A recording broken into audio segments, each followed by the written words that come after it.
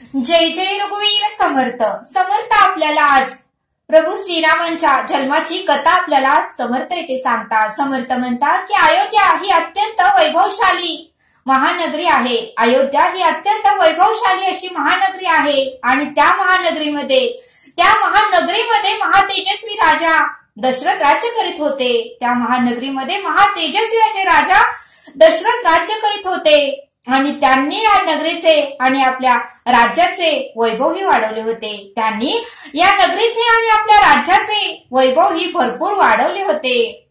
आणि म्हणून समर्थ म्हणतात की अशा दशरथ राजाला पुत्र प्राप्ती नव्हती। अशा दशरथ राजाला मात्र पुत्र प्राप्ती नव्हती आणि त्यामुळेच ते दुःखी होते असं समर्थ आपल्याला इथे सांगतात। आणि पुत्र प्राप्ती आपल्याला पुत्र प्राप्ती व्हावी म्हणून राजा दशरथाने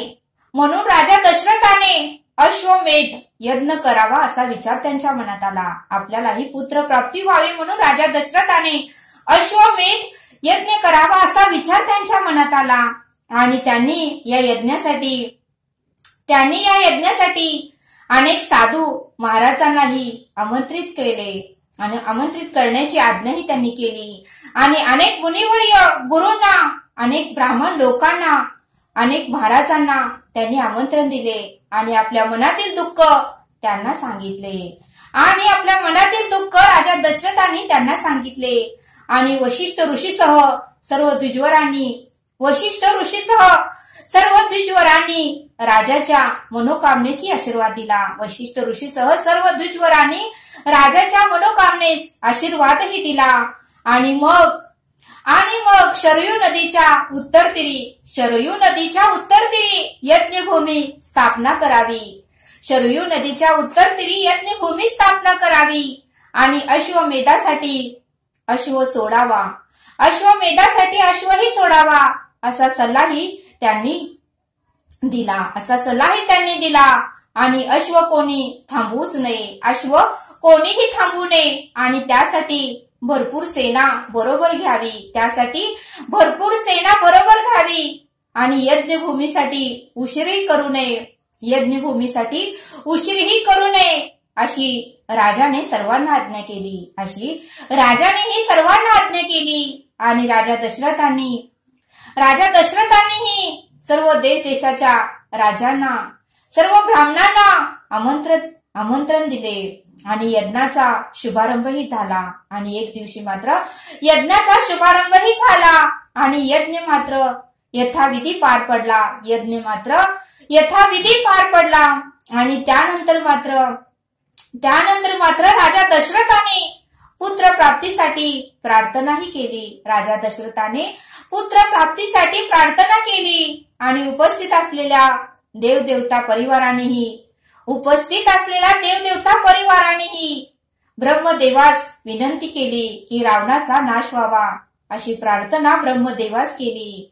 अशी प्रार्थना सर्व देवदेवतांनी ब्रह्मदेवास केली आणि त्याच वेळी प्रगट झालेले देवाधिपती महाविष्णूंची देवदेवतांनी विनंती केली। त्याच वेळी प्रगट झालेले देवाधिपती महाविष्णूंनाही देवदेवतांनी विनवणी केली की तुम्ही धर्तीवर मानव जन्म घेऊन आपण रावणाचा वध करावा। धर्तीवर मानव जन्म घेऊन तुम्ही रावणाचा वध करावा असे देवदेवतांनी महाविष्णूंना विनंती केली। अशी सर्व देवदेवतांनी महाविष्णूंना विनंती केली आणि त्यानंतर मात्र महाविष्णूंनी राजा दशरथ यांचा पुत्र म्हणून अवतार घेण्याचा निश्चय केला। राजा दशरथ यांचा पुत्र म्हणून धर्तीवर अवतार घेण्याचा निश्चय केला आणि मग त्याच अग्नीतून एक तेजस्वी महापुरुषही प्रगट झाले। त्याच अग्नीतून एक तेजस्वी महापुरुषही प्रगट झाले आणि त्या महापुरुषांनी राजा दशरथाला प्रसाद दिला आणि तो प्रसाद मात्र तिन्ही राण्यांना द्यायला सांगितला। राणी कौशल्याला द्यायलाही सांगितलं, राणी कैकईलाही तो प्रसाद द्यायला सांगितला आणि राणी सुमित्रेलाही तो प्रसाद द्यायला सांगितला. आणि तो प्रसाद राजा दशरथाने आपल्या तिन्ही राण्यांना दिला. तो प्रसाद राजा दशरथाने आपल्या तिन्ही राण्यांना दिला आणि तिन्ही राण्यांनी म्हणजे कैकई, कौशल्या आणि सुमित्रा या तिन्ही राण्यांनी तो प्रसाद ग्रहण केला आणि अशा प्रकारे महायज्ञाची सांगता झाली. आणि मग चैत्र नवमीस पुनर्वसू नक्षत्रावर चंद्रगुरु व 5 ग्रह, चंद्रगुरु आणि पाच ग्रह अति बलाढ्य असे असताना श्रीराम प्रभूंचा जन्म झाला.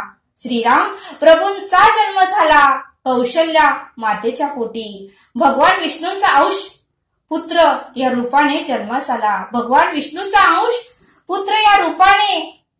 कौशल्याच्या पोटी श्रीरामांचा जन्म झाला आणि कैकईच्या पोटी भरतचा जन्म झाला. तर सुमित्रेच्या पोटी लक्ष्मण आणि शत्रुघ्न असे देववंशाचे पुत्र जन्मास आले. आणि मग अयोध्या नगरीसह राज्यभरात आनंद उत्सव मोठ्या प्रमाणात झाला. मग अयोध्या नगरीसह राज्यभरात मोठ्या प्रमाणात झाला. हे चारही पुत्र वाढत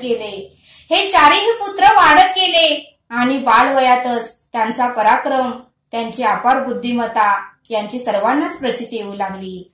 बालवयातच त्यांचा पराक्रम, त्यांची अपार बुद्धिमत्ता यांची प्रचिती सर्व लोकांना येऊ लागली. कारण ते साक्षात परब्रह्म होते, परमेश्वर होते. महाविष्णूंनी अवतार घेतला होता. श्रीराम प्रभू हे जन्माला आले आणि मग त्यांची बालवयातच सर्वांना प्रचिती येऊ लागली. आणि मग नक्षत्रात जसा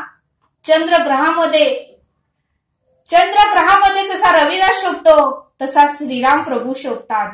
चंद्रग्रहामध्ये जसा रविदास शोभतो तसं श्रीराम प्रभू शोभतात. असे प्रभू श्रीराम जन्माने राजा दशरथ धन्य झाले. असे प्रभू श्रीरामाच्या जन्माने राजा दशरथ ही धन्य झाले. म्हणून समर्थ म्हणतात की प्रभू श्रीराम म्हणजे आपल्या डोळ्यासमोर येते ती पावन मूर्ती. प्रभू श्रीराम म्हणजे आपल्या डोळ्यासमोर येते ती पावन मूर्ती. ते म्हणजे प्रभू श्रीराम म्हणजे एक वचनी आहेत. प्रभू श्रीराम म्हणजे सत्य वचनी आहेत. प्रभू श्रीराम म्हणजे कुटुंब वत्सल्य आहेत. प्रभू श्रीरामांमध्ये करुणा आहे. प्रभू श्रीरामांमध्ये दया आहे, क्षमा आहे, सत्य आहे, न्याय आहे, सदाचार आहे, साहस आहे, धैर्य आहे, नेतृत्व आहे. या गुणांनी प्रभू श्रीराम प्रभू हे संपन्न आहेत. आणि म्हणूनच समर्थ म्हणतात की प्रभू श्रीराम हे एक आदर्श पुत्रही आहेत. प्रभू श्रीराम हे आदर्श भाऊही आहेत आणि प्रभू श्रीराम हे आदर्श पतीही आहेत आणि प्रभू श्रीराम हे आदर्श राजाही आहेत आणि प्रभू श्रीराम हे आदर्श मित्रही आहेत आणि प्रभू श्रीरामांचे राज्य म्हणजेच एक आदर्श आहेत असं समर्थांनी आपल्याला येथे सांगितलं. जय श्रीराम. तरी आता आपण येथेच थांबूया. भेटूया पुढील भागात. धन्यवाद. जय सद्गुरु.